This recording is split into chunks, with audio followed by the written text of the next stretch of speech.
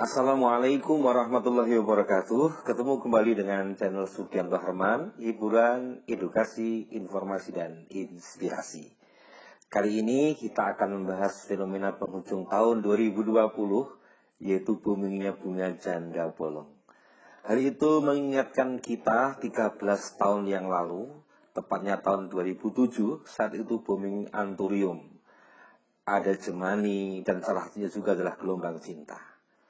3 bulan terakhir, publik dibuat berdecak kagum dengan kemunculan bunga janda bolong yang harganya puluhan hingga tembus ratusan juta rupiah. Oke, selanjutnya kita akan bahas secara singkat satu persatu.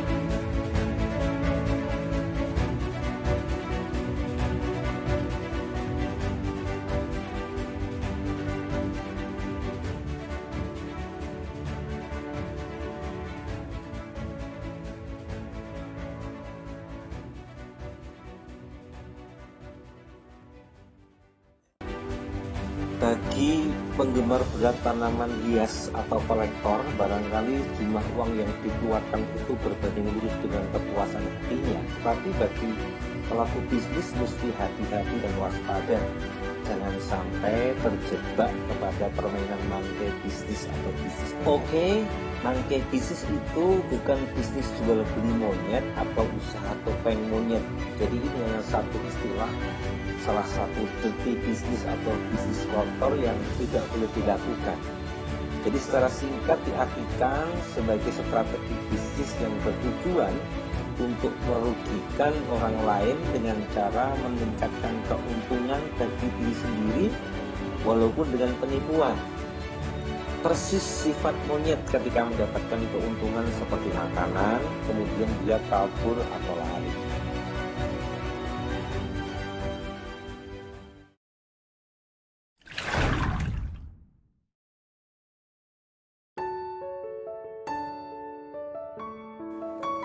Adalah Kuinum, seorang saudagar yang kaya raya.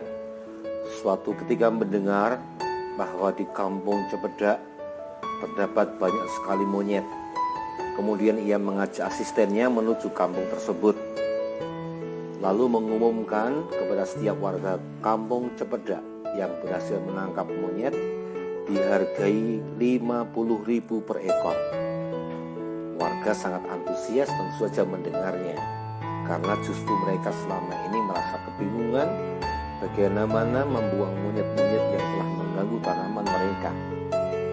Berhari-hari bahkan berminggu-minggu mereka berburu untuk mendapatkan monyet, dan akhirnya banyak sekali yang tertangkap dan dibeli oleh Tuan Kuinum. Hingga suatu ketika warga mulai jarang melihat monyet yang biasanya berseliweran di depan mata. Lalu mereka menghentikan pencarian itu dan kembali bekerja seperti biasa. Kemudian Juragan Kuinum mengumumkan kembali bahwa dia memberikan harga 100.000 per ekor jika warga kampung Cepedak berhasil menangkap monyet. Tetapi kemudian hanya beberapa ekor saja yang berhasil dijual kepada juragan tersebut karena memang sudah sangat sulit dicari. Hingga akhirnya Kuinum mengumumkan kepada warga kampung Cepedak yang berhasil menangkap monyet akan dibelinya 500.000 per ekor. Setelah itu dia berpamitan dengan alasan ada bisnis di tempat yang lain. Mengenai urusan monyet akan dihandle sepenuhnya oleh asistennya. Kemudian asisten tersebut mengundang warga untuk datang ke kandang besar yang ternyata berisi banyak sekali monyet. Ia bermaksud menjual monyet tersebut 300.000 per ekor. Sehingga kalau warga membelinya, kemudian nanti Tuan Koinum itu datang, mereka bisa menjualnya kembali dengan harga 500.000 seperti yang diumumkan. Mendengar begitu kemudian warga mengumpulkan uang dari tabungannya, menjual aset yang dimiliki, tentu dengan harapan mendapatkan untung yang berlipat dari membeli monyet tersebut kepada asisten itu. Setelah semuanya terjual, diam-diam asisten pergi meninggalkan kampung Cepedak, menyusul Juragan Koinum, dan keduanya tak pernah kembali lagi. Akhirnya warga kampung menemui masalah baru dengan jumlah monyet yang melimpah, sedangkan uang mereka pun juga sudah habis.